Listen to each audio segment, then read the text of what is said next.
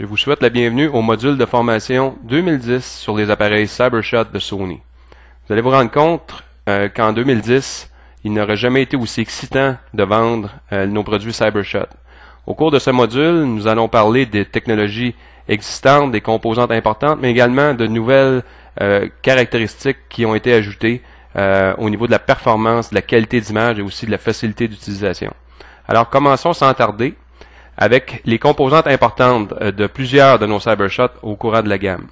Premièrement, nos objectifs bien connus, les objectifs Carl Zeiss qui permettent d'obtenir beaucoup de détails au niveau des photos, mais également très peu de réflexion. Il y a également certains modèles, on va le voir un peu plus tard, qui vont utiliser un objectif Sony G, donc très lumineux, et également qui permettent d'avoir une aberration chromatique vraiment diminuée par rapport aux autres objectifs. Finalement, notre processeur d'image Beyond, par sa rapidité, va nous permettre d'avoir un autofocus, exposition, également une balance des blancs qui va être vraiment très performante.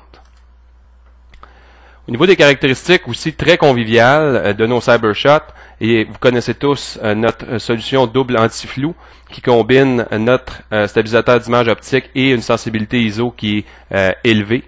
Également, notre détection du visage qui va optimiser l'exposition, la balance des blancs et le focus jusqu'à 8 visages à la fois.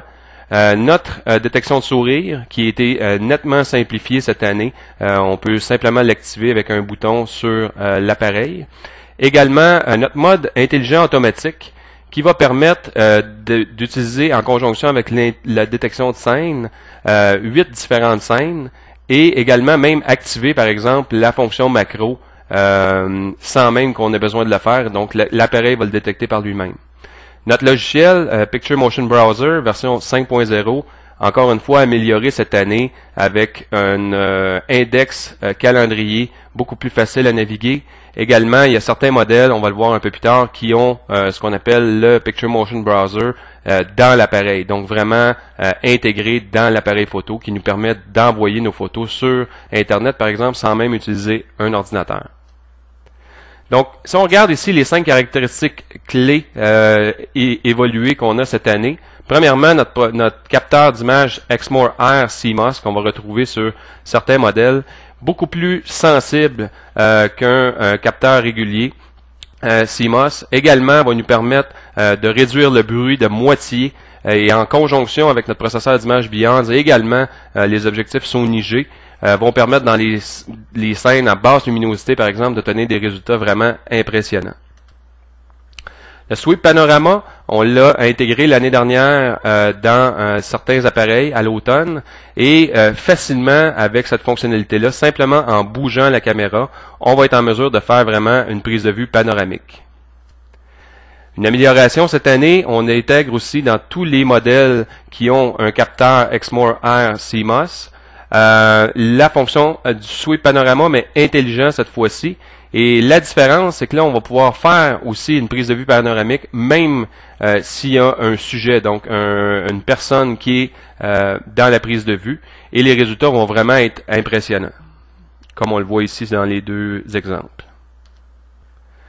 On offre également cette année sur plusieurs modèles l'enregistrement 720p comme l'année passée, du 1080p sur la HX1 qui continue, mais plusieurs modèles vont aussi offrir l'enregistrement AVC HD, donc du 1920 par 1080 en 60i. Et ça, ce qui est intéressant du AVC HD, c'est que ça va être compatible avec plusieurs appareils sur le marché et beaucoup plus facile aussi à faire les montages pour les consommateurs. Le mode Steady Shot actif, qu'on avait dans les appareils Handycam haut de gamme l'année dernière, va être en mesure de stabiliser l'image 10 fois plus efficacement que le Steady Shot normal. Donc, spécialement dans les prises de vue où la personne marcherait, par exemple, où il y aurait beaucoup de mouvement, ça va vraiment améliorer la qualité d'image. Passons maintenant à la correction de rétroéclairage HDR que nous avions incorporé dans plusieurs modèles alpha l'automne dernier. Et cette correction de rétroéclairage dynamique va nous permettre de saisir une gamme exceptionnellement élevée de détails d'ombre et de clarté. Pour réaliser tout ça, en fait, il va y avoir une image sous-exposée et une surexposée qui vont être prises en succession rapide. Puis finalement, elles vont être combinées pour créer une image à gamme dynamique très élevée.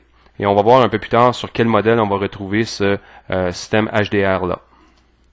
Maintenant, si on regarde la gamme excitante en 2010, en commençant par le DSCS 2100, qui va nous offrir une résolution de 12 mégapixels.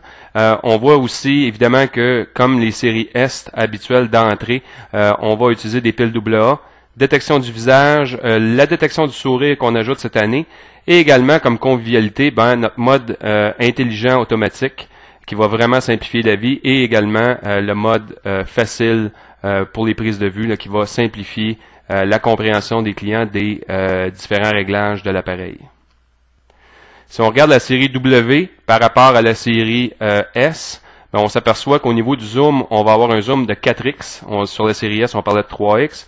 On a également un grand angulaire de 28 mm, donc vraiment intéressant pour les consommateurs. La W330, elle, on augmente la résolution disponible à 14.1 mégapixels. L'angulaire est encore plus large à 26 mm. On ajoute un objectif CASES et un écran CL de 3 pouces.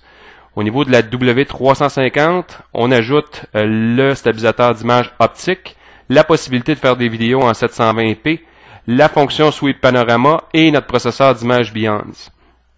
Pour la W370, ça va être un modèle vraiment intéressant parce que on va offrir un zoom de 7x dans un boîtier mince, donc dans un boîtier vraiment compact, et également un écran de 3 pouces avec une sortie d'HDMI également qui va être incorporée dans ce modèle.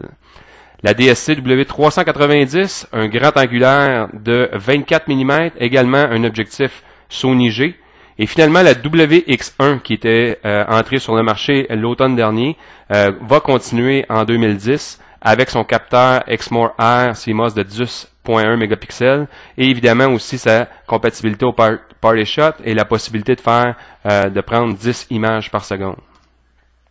La série T, deux modèles qui sont disponibles, la TX1 qui comme la WX1 était sortie l'automne dernier est toujours sur le marché, compatible avec le Party Shot et avec le 10 images secondes.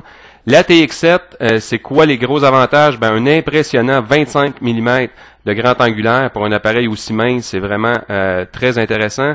Un écran CL de 3.5 pouces de 921 000 points, extra fin. Également la possibilité d'enregistrer en AVC HD.